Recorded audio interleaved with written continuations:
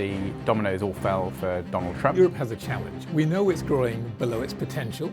We know it's somewhat fragmented. We have very deep-seated, very tricky political challenges. 60 billion problem. Welcome to another edition of What's Brewing with Matt and Guy. Now, Matt, it's only been a few weeks, really, it feels, since we last met. But a lot has happened in that time. A certain election in the US. What's your take on what the outcome was, and were we at all surprised? Well, I don't think so, Guy. I think anyone that had listened to our last podcast would have... You know exactly what the outcome was going to be, right? Exactly. We said it was too close to call. And although we got a very definitive result in the end, actually the polls weren't so far off. It was pretty close across the swing states, but the dominoes all fell for Donald Trump. And so we now know we will have President Trump back again for a second run at the 2.0, wow. 2.0 or 1.0 continued might be the better way of framing this. When we spoke last time, I think you were pretty clear on the risks of some of the policy commitments that the Trump administration would be looking to introduce around tariffs. And I think we already see that starting to bubble up with some social media-based tariff threats directed at Canada and Mexico and China. When we talked last time, I gave you a number to chew on, which was 20%, the general tariff level that Donald Trump was threatening, and that the last time we'd seen that was in the 1930s. Not a great time for international trade. Interesting to note that the opening bid for the tariff threats to Mexico and Canada is 25%. So he's certainly serious, but I think everyone assumes this is an opening bid, and that actually what President Trump will look to do at the start of 25 is bring countries to the table to deal.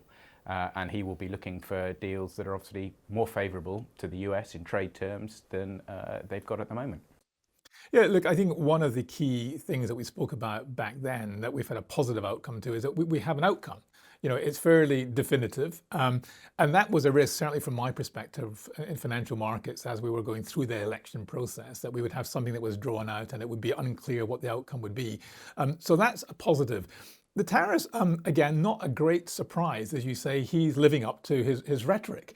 And in fact, he's doing more than that because he's putting loyalists in key positions, or he's proposing loyalists in key positions who have a similar view. So from a credibility perspective, at least, he's doing the right thing. He's saying, I said I'm going to do this. These are the people who are going to help me achieve this.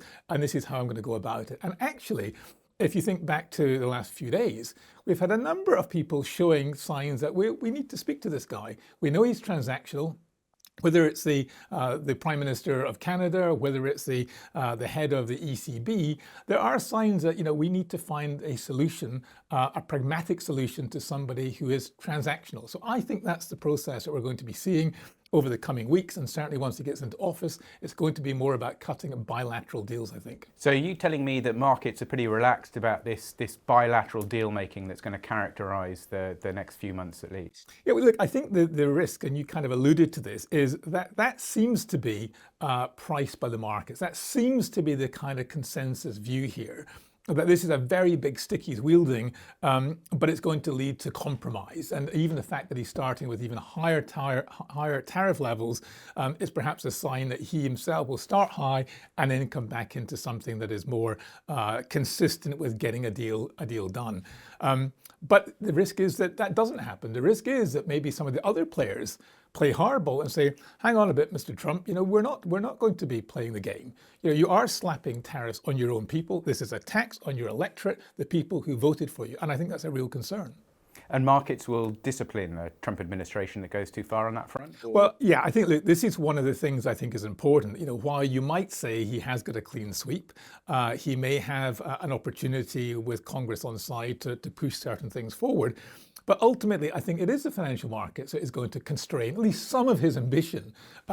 We think back to situations in other parts of the world where you've had populists come in, but the reality is being once they're in office, they can't do the things they said on the election trail because the financial markets constrain them. And an example I would give, if you think just back the last 3 or 4 weeks, What's happened to the US dollar?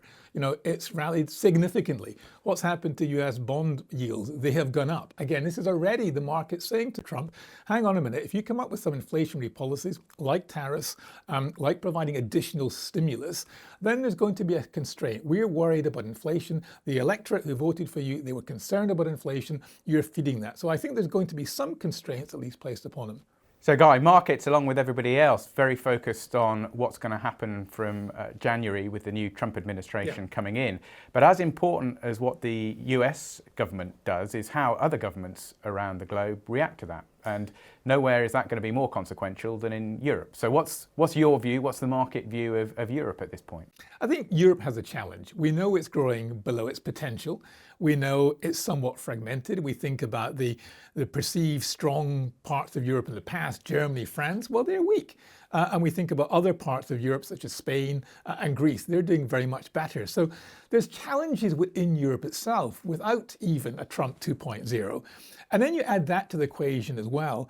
And it's going to be, I think, difficult for Europe to really be cutting very good deals with the United States. But I think it can be done. But what worries me and what worries financial markets is the political construct of Europe right now. We've seen French bond spreads balloon versus German bunds, of course, as a function of what's happening in France.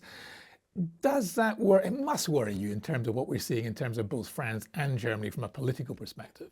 Absolutely. And when you see French bond yields spike above Greece, it's a bit of a sticker shock. I mean, who would have thought, 5-10 years ago that could happen? Yeah, well, it tells you that markets don't like political instability. I think the problem is in France, that's baked in certainly for the first half of next year. There's going to be more pain. And I mean, I agree. I suspect spreads will be even higher before ultimately they come back in again. And that sounds like, you're thinking as well. Can we have resolution in Q1 next year, do you think? Not for Europe as a whole, but maybe we see a bit of sunlight in Germany. There we've got an election in February. Yes. Now, depending on the result, we may see protracted coalition negotiations, but that does raise the prospect of a new German government that has the backing, the political mandate, the resolution to take some tough decisions, particularly if we're looking at the fiscal break. Are we going to have a new leadership in Germany, do you think? What's your feeling? The polls would tell you at the moment, yes. CDU. But it's tightened, right, recently? It has tightened. When Chancellor Scholz called the election, he was, or the SPD were polling about 15%. Yeah. That's ticked up to, I think, 22% in the latest poll. So calling the election looks like smart politics from Scholz's perspective. But he's still trailing the CDU and Friedrich Merz, who are at 30+%. Yeah. So if you had to call it now, you'd say it looks like Merz will be in pole position to build a coalition. Yeah. And he's an interesting character. He's firm on Ukraine, very strong supporter of Ukraine, and a very committed Europeanist. Now, on that front, I mean, Matt, you've said to me in the past that Europe is good at negotiating trade agreements and thinking about trade more holistically. Is that still going to be the case? And is that going to be robust enough to take on a Trump 2.0? Yes, I think if you were going to put money on it, you'd say that the Europeans have got a good shot at doing the sort of deal that will suit them with Trump. So you see it as transactional. You see they'll be cutting deals to help themselves out, perhaps on the defense side, perhaps on the energy supplies. Is that how you see it? Look, I think trade is a European EU27 competence. Yeah. It's something the Europeans are pretty good at, and they've got a lot of practice in. So when it comes to tackling the tariff threat from the US, I think they'll do well. When we talk about security or defense, and particularly with an eye on Ukraine, that's a much tougher call. Yeah, sure. It's not something Europe are good at. It's not something they're used to having to deal with. So that's the sort of big question mark for me in 25. How will Europe deal with their eastern border? Now listen, one question that we haven't touched on, I want your opinion. China. We haven't spoken about China at all yet. I mean, they're in the crosshairs in terms of tariffs. We've been speaking about that earlier on.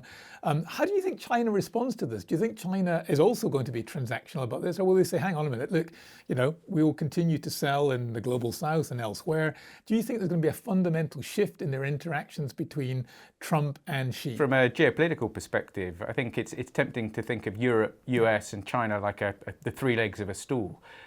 Together they give stability, and the question is, are they going to stay in balance, or are we going to see geopolitical shifts that make that stool start to wobble?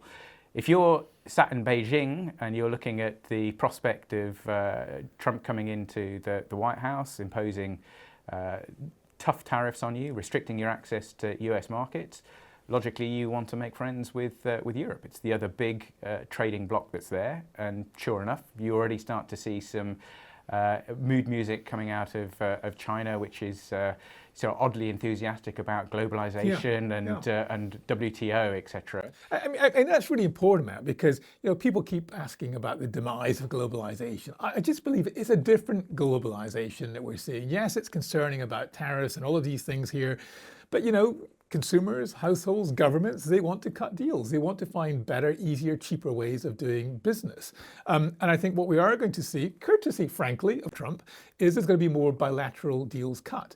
And as we've just alluded to, we've got two big blocs, Europe and China, which frankly are not doing so well currently. And they need to cut deals. They need to find ways of doing things differently going forward. And as a result of that, I think we will see more bilateral deals coming through China, Europe, United States, things that can perhaps lead to that solidity of that stool that you alluded to. I buy that on the trade front. The logic is clear, but politically I think it gets much messier. So China supporting Russia in Ukraine, that's not easy for European governments to get their head around.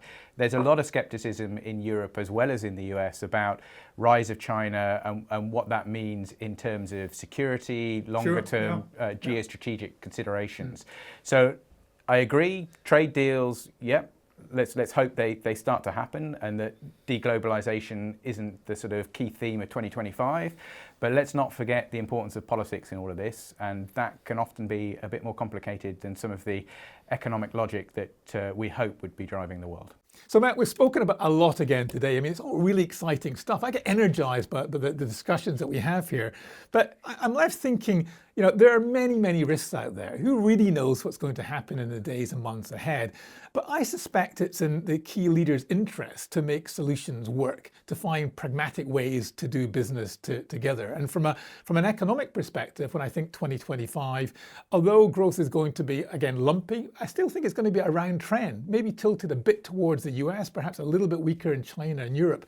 But politics really matter here. So how do you sum this up? Are you optimistic, or is the glass pretty empty at this point? You know me, Guy, always an optimist. So look, I think there are good reasons to think 2025 might not be so gloomy as some would predict.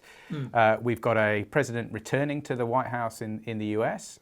It's a second term, and that's usually a more efficient and more effective administration than first term, where they're finding their feet.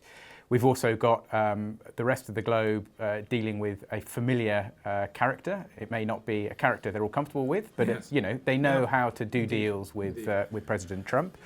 We've got elections in Europe that could see the engine in Germany restart, if we're taking an optimistic view. And perhaps there's potential for sort of broader rapprochement as the Chinese are brought to the table and feel the need to keep markets open for them. So, you can paint a optimistic view if you want. So thanks, Matt. Thank you all for watching. Remember to like and subscribe, and we look forward to speaking to you again very soon.